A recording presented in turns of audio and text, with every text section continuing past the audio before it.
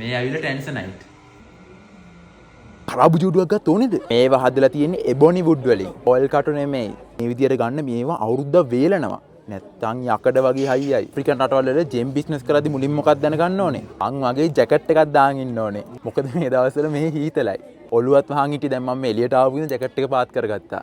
මම මෙහි ලංකාවේ නොලැබෙන ජෙම් වර්ග ටිකක් බයි කරනවා. ඉතින් මේ වගේ ජුවලරිත් මම ඔයගලන්ට ගේන්නම්. මෙහි ජෙම් බයි කරනකොට ඒ ජෙම් වර්ග ගැන අනිවාර්යයෙන්ම නොලෙජ් එකක් තියෙන්න ඕනේ. වැඩි මිලට යන කොළපාට ගර් වර්ග මෙහි අපිට මාර අඩුවට ගන්න පුළුවන්. දැන් මේ ටැන්සානියාවේ ගත්තොත් මාකට් කීපයක්ම තියෙනවා. ලෝකෙම යුනිට් ටැන්සනයිට් ගන්න තියෙන්නේ මෙහෙ තමයි. මේ තියෙන්නේ එබොනි ලීය.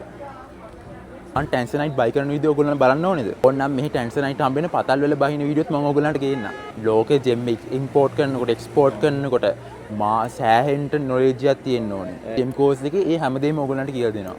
අනික මේක වීඩියෝ සීරීස් එකකින්ද හිතන වෙලාවට ඔයගොල්ලන්ට බලන්න පුළුවන්. දැන්ම ගිහින් රෙජිස්ටර් වෙන්න මොකද දැන් තාම අපි ඩිස්කවුන්ට් රේට් එකට දෙන්නේ. ලංකාවේ ආෆ්‍රිකන් වැඩි ආවේ නැතුණාමට බලන්න ටූරිස්ට්ලා තියර පිරලා තියෙන හැටි.